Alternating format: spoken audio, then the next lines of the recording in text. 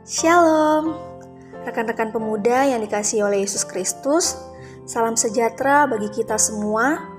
Saya menyapa kita semua, semoga semuanya dalam keadaan sehat dan penuh sukacita.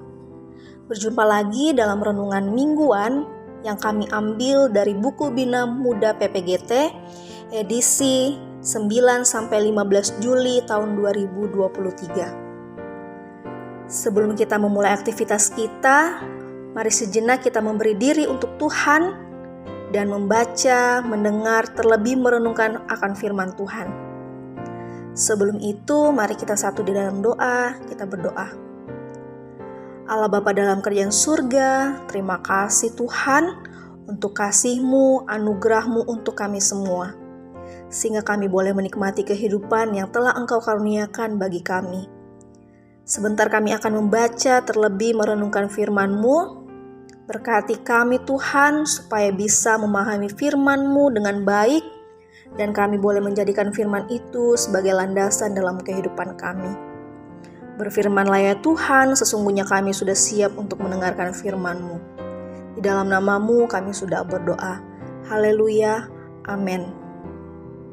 Rekan-rekan pemuda yang dikasihi oleh Yesus Kristus, renungan mingguan kita saat ini terambil dalam kitab Zakaria pasalnya yang ke-9 ayat 9 hingga ayatnya yang ke-12. Saya ulangi, Zakaria 9 ayatnya yang ke-9 hingga ayatnya yang ke-12. Di bawah perikop pembacaan Raja Mesias di Sion. Ayatnya yang ke-9, bersorak-soraklah dengan nyaring, hai putri Sion, bersorak-sorailah, hai putri Yerusalem. Lihat, rajamu datang kepadamu, ia adil dan jaya, ia lemah lembut dan mengendarai seekor keledai beban yang mudah. Ia akan melenyapkan kereta-kereta dari Efraim dan kuda-kuda dari Yerusalem. Busur perang akan dilenyapkan dan ia akan memberitakan damai kepada bangsa-bangsa. Wilayah kekuasaannya akan terbentang dari laut sampai ke laut dan dari sungai Efrat sampai ke ujung-ujung bumi. Mengenai engkau, oleh karena darah perjanjianku dengan engkau, aku akan melepaskan orang-orang tahananmu dari lubang yang tidak berair. Kembalilah ke kota bentengmu, hai orang tahanan yang penuh harapan. Pada hari ini juga aku memberitahukan, aku akan memberi ganti kepadamu 2 kali lipat. Amin. Rekan-rekan pemuda, tema renungan kita pada minggu ini adalah, kok risau dengan hidupmu? Kok risau dengan hidupmu? Dalam dunia percintaan, ada ungkapan seperti ini. Kelemahan terbesar perempuan ada di telinganya atau pendengarannya. Sedangkan kelemahan terbesar laki-laki ada di mulutnya atau ada di perkataannya. Nah, pemahaman sederhana ini adalah perempuan itu terlalu gampang percaya pada apa yang dia dengar, atau biasanya perempuan ini sering dijanjikan sesuatu ya. Sedangkan laki-laki terlalu gampang mengeluarkan janji.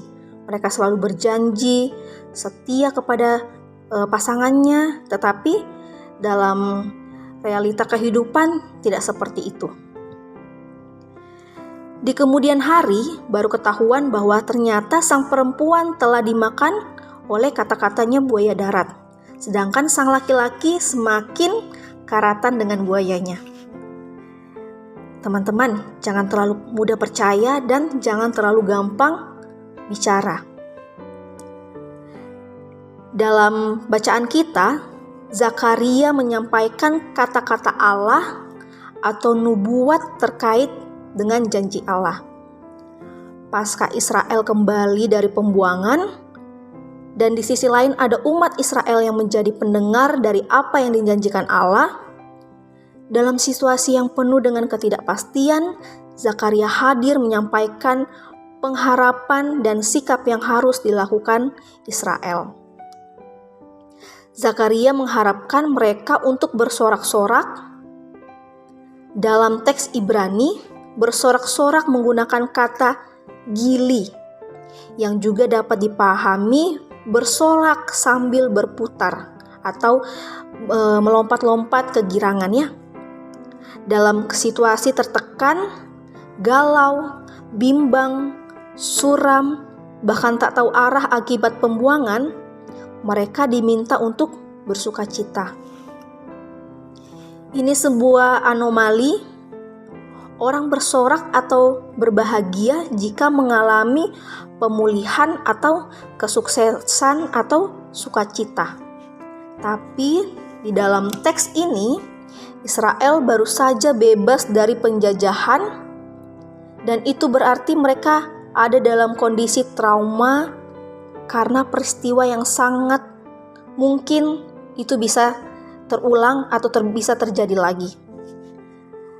Tapi mereka diminta untuk bersukacita. Atas dasar apa? Kita lihat di ayatnya yang ke-9b sampai ayatnya yang ke-10. Zakaria menunjukkan bahwa mereka akan diberi raja atau pemimpin yang merupakan antitesa dari pemimpin yang membuat mereka dibawa ke pembuangan. Seorang raja yang lemah lembut, ditandai dengan menunggangi keledai, dan yang terpenting adalah raja yang akan datang membawa misi perdamaian. Jika raja pada umumnya berjuang untuk memperkuat angkatan perang, mereka menggunakan kereta perang, kuda, atau busur. Raja yang akan datang ini justru senjata utamanya adalah kedamaian. Rekan-rekan pemuda, kedamaian itu akan disebarkan sampai ke ujung-ujung bumi. Jika seluruh bangsa telah diperintah oleh raja yang akan datang ini, tentu pengalaman traumatik Israel tidak akan terulang di masa yang akan datang. Maka dengan sepantasnya Israel harus bersorak kegirangan mendengar janji dari Allah yang Maha Kuasa, yang jika berfirman semuanya akan terjadi. Kegirangan ini semakin diperkokoh dengan fakta bahwa Israel adalah milik Allah. Kita boleh lihat di ayatnya yang ke-11 hingga ayatnya yang ke-12. Dan akan dipulihkan Allah lebih baik 2 kali lipat. Rekan-rekan pemuda, dalam banyak berita yang berseliweran di tahun 2022, ancaman akan kehidupan yang suram di tahun 2023 semakin memberi banyak ketidakpastian. Resesi ekonomi yang diprediksi memporak-porandakan semua sendi kehidupan telah diprediksi oleh berbagai kalangan, tapi lihatlah, sekarang kita ada di bulan Juli tahun 2023. Apakah kesuraman yang dinubuatkan para ahli ekonomi setahun yang lalu telah berhasil meluluhlantakkan atau menghancurkan kehidupan kita? Tentu tidak. Fakta ini mesti meneguhkan bahwa firman Allah adalah ya dan amin. Kita ini milik Allah yang telah diperolehnya dengan darah yang mahal, maka Dia juga yang akan terus menyatakan kesetiaan pemeliharaannya dalam Roh Kudus-Nya. Informasi dan berita di sekitar kita mungkin sering memekakan dan melahirkan ketakutan, kecemasan dalam diri kita. Tapi biarkan telinga kita terus mendengar suara dan janji Tuhan, terlebih kita harus selalu menuruti atau mengikuti kehendak Tuhan. Amin. Teman-teman, mari kita satu dalam doa, kita berdoa. Terima kasih Tuhan untuk waktu yang indah yang Tuhan sudah sediakan untuk kami semua. Kami sudah membaca terlebih merenungkan firman-Mu. Ajar kami Tuhan untuk selalu mendengar suara dan janji Tuhan. Terlebih kami selalu mengikuti kehendak Tuhan. Ajar kami setia Tuhan di dalam mengikut Engkau. Seluruh kehidupan kami selanjutnya kami serahkan ke dalam tangan pengasihan Tuhan. Di dalam nama-Mu kami sudah berdoa. Haleluya. Amin. Rekan-rekan pemuda, demikianlah renungan mingguan kita pada saat ini. Kami dari PPGT Jemaat Bethlehem mengucapkan sampai jumpa lagi dalam renungan mingguan selanjutnya. Selamat beraktivitas, selamat menikmati sukacita karunia Tuhan. Tuhan memberkati kita semua. Shalom.